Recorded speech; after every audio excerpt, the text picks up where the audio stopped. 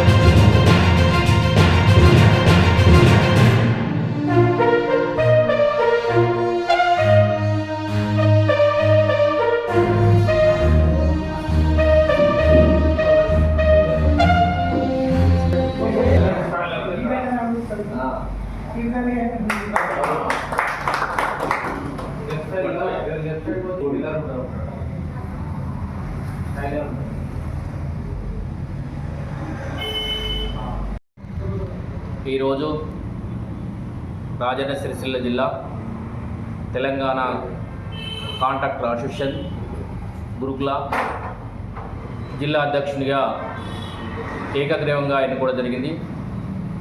అందరి సభ్యుల సమక్షంలో ఏకగ్రీవంగా ఎన్నుకోవడం జరిగింది।